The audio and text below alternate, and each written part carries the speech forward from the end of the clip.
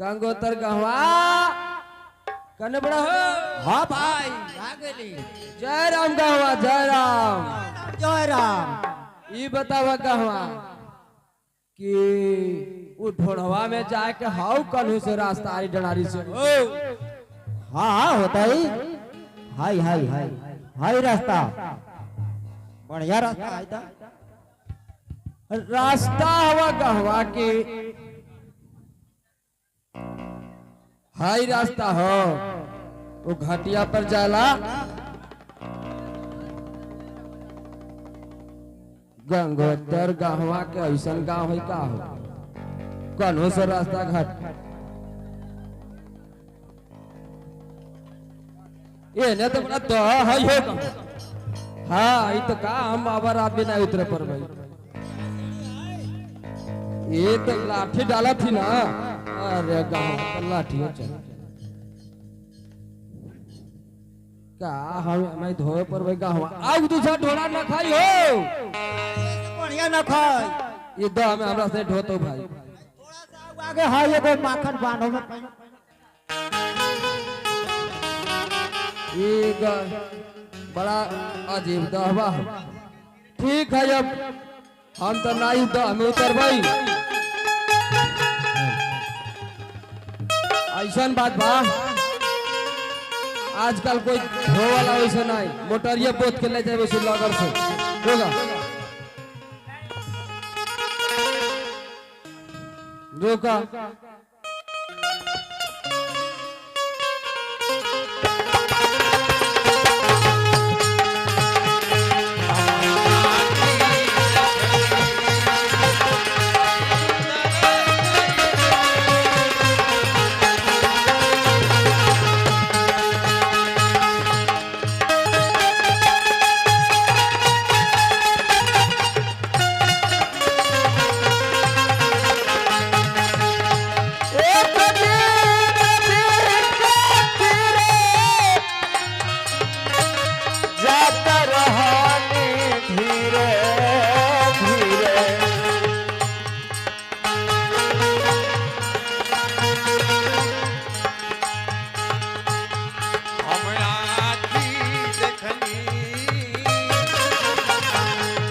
सुंदरा शरीर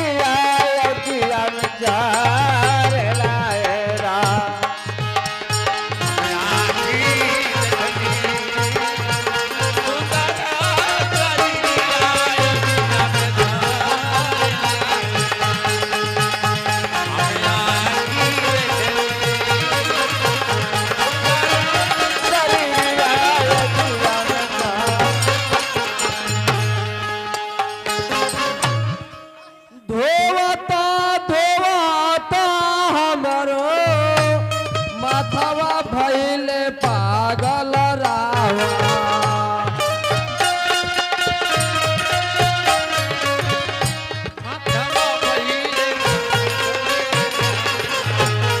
धोवता धोवता हमरो माथवा भइले पागल रावा अहो रामा हो तब नाही मौगे हमारा खाना वाला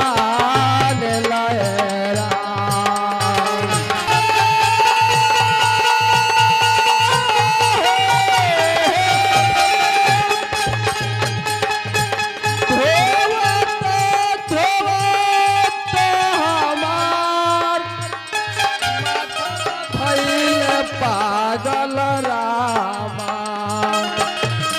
रामा हो तब नहीं मोगे हमारा खाना लाला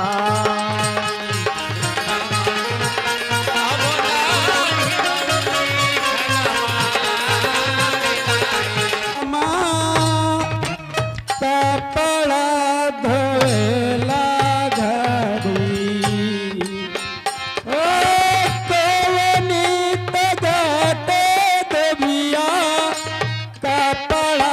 धोला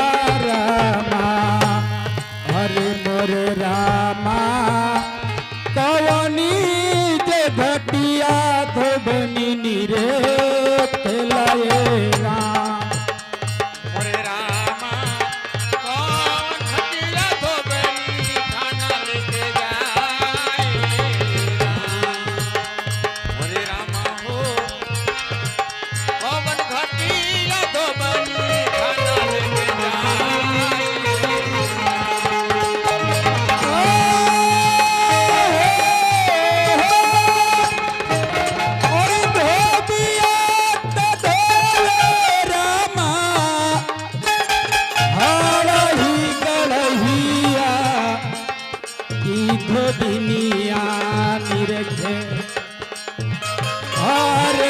रखेलाए राम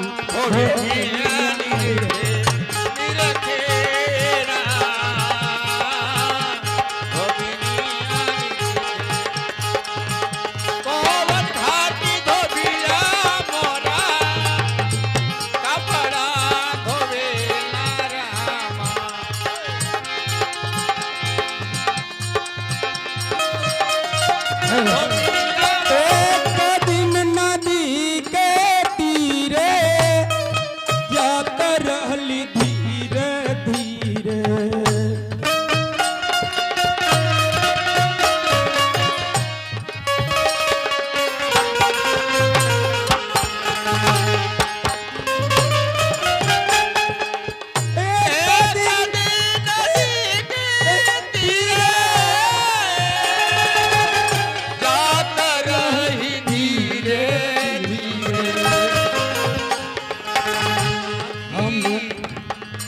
हम आँखी देखली सुंदर सरियायक अनजार लाए राम हम आँखी देखली सुंदर सरियायक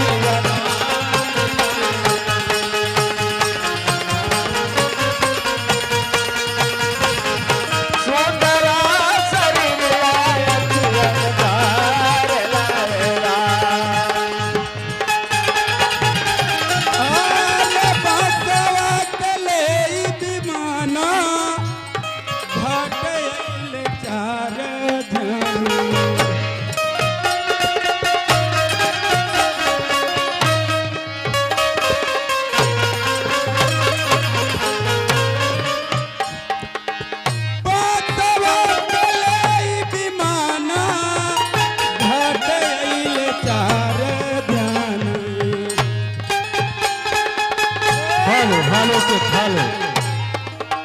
पंकज यादव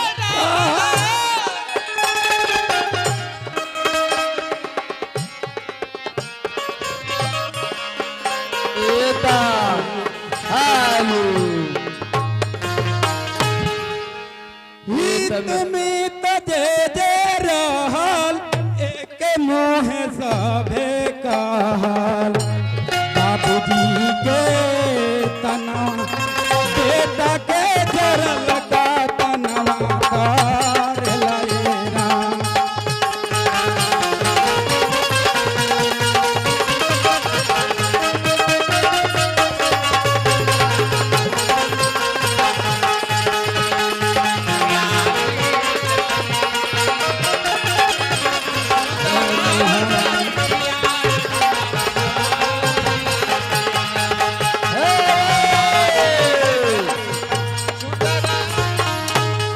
ऐसन पर जेठा मेहरारू से खोर खोर के जगा के गंगोतर भाई सवेरे सवेरे बिना मुंह धोले आंख में के कीची तक नहीं के धोइले। आओ ये आ गए जितेंद्र शर्मा जी चाय था।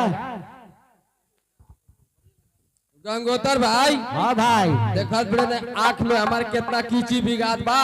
आए आंख में कीची हाँ। ये राजा घर के तनी मनी कपड़ा नहीं के मिलत। अच्छा आवत आवत हमारे यहाँ करियाई दुखाए लागल। अच्छा ढोवत ढोवत करोजा बैठे लागल। करिहाई हो।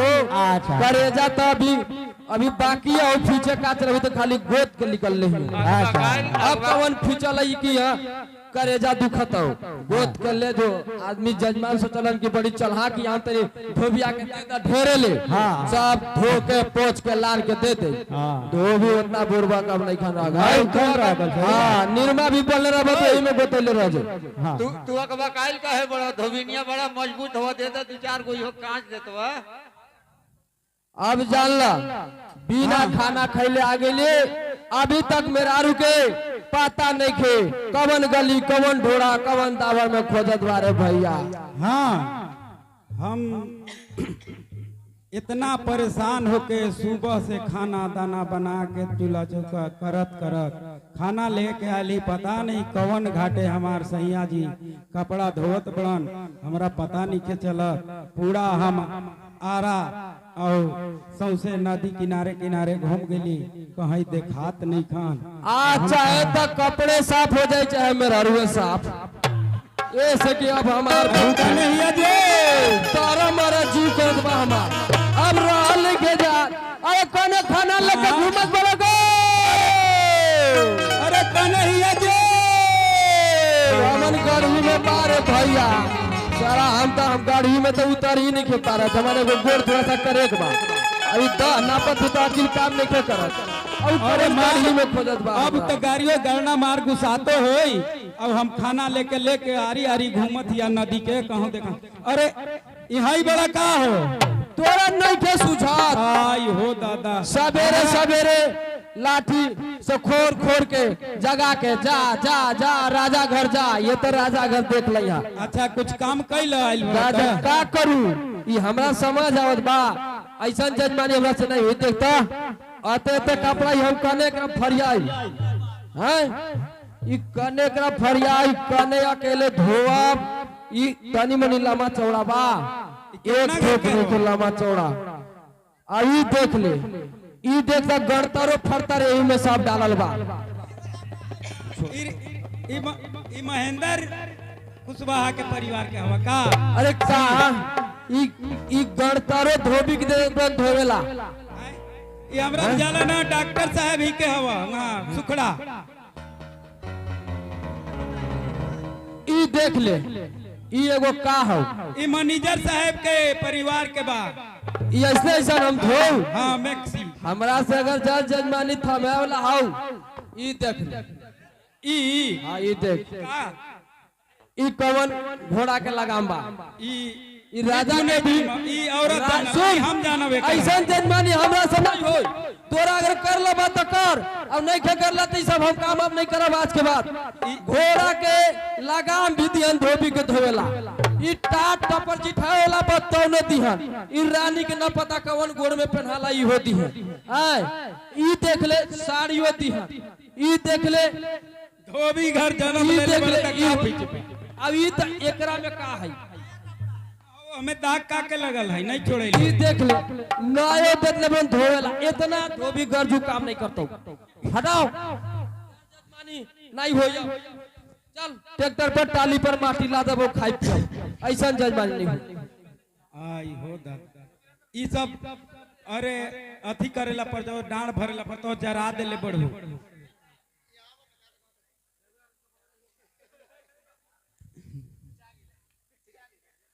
सुन ला बात सुना अब तोरे बहुत होता मेहनत सुने बा कइले। हमार माथा धइले बा। ए भरे टस काम बंद करिला सुन ला बात हमार। खाइल रोटी बंद कमाई करिला बंद। जिंदगी भर कमाता कमाही के बाद थकावट बदन के मिटाइल तू।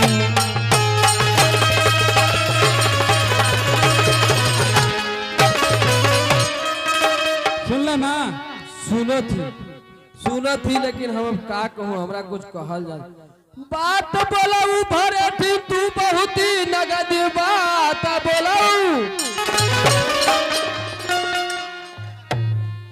बहुत ही नगद जब तलक काम से फुर्सत पावते नहीं बाप दादा के ऐसन कमाई नहीं ताकि काटी उमरिया अपनी आराम से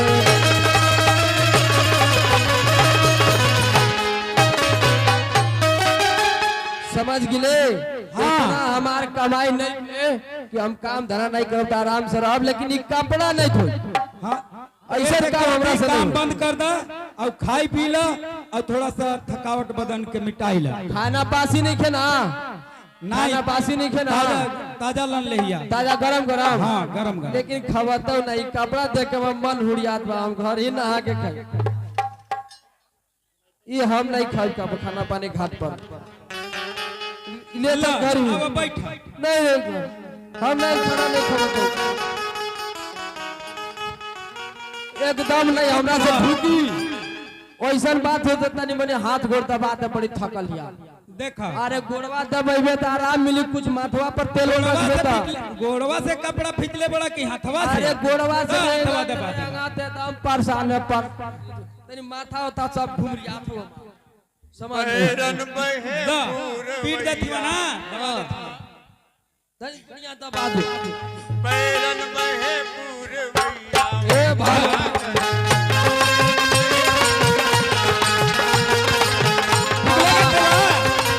इतना आराम मिले तो का कि करू रामा हो, हाँ। का करू सैया, का लेकिन जानल है करू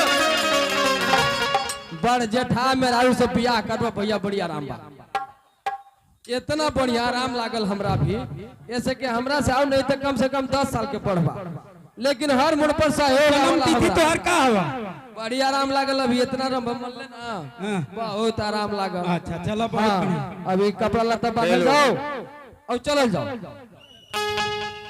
चलो ठीक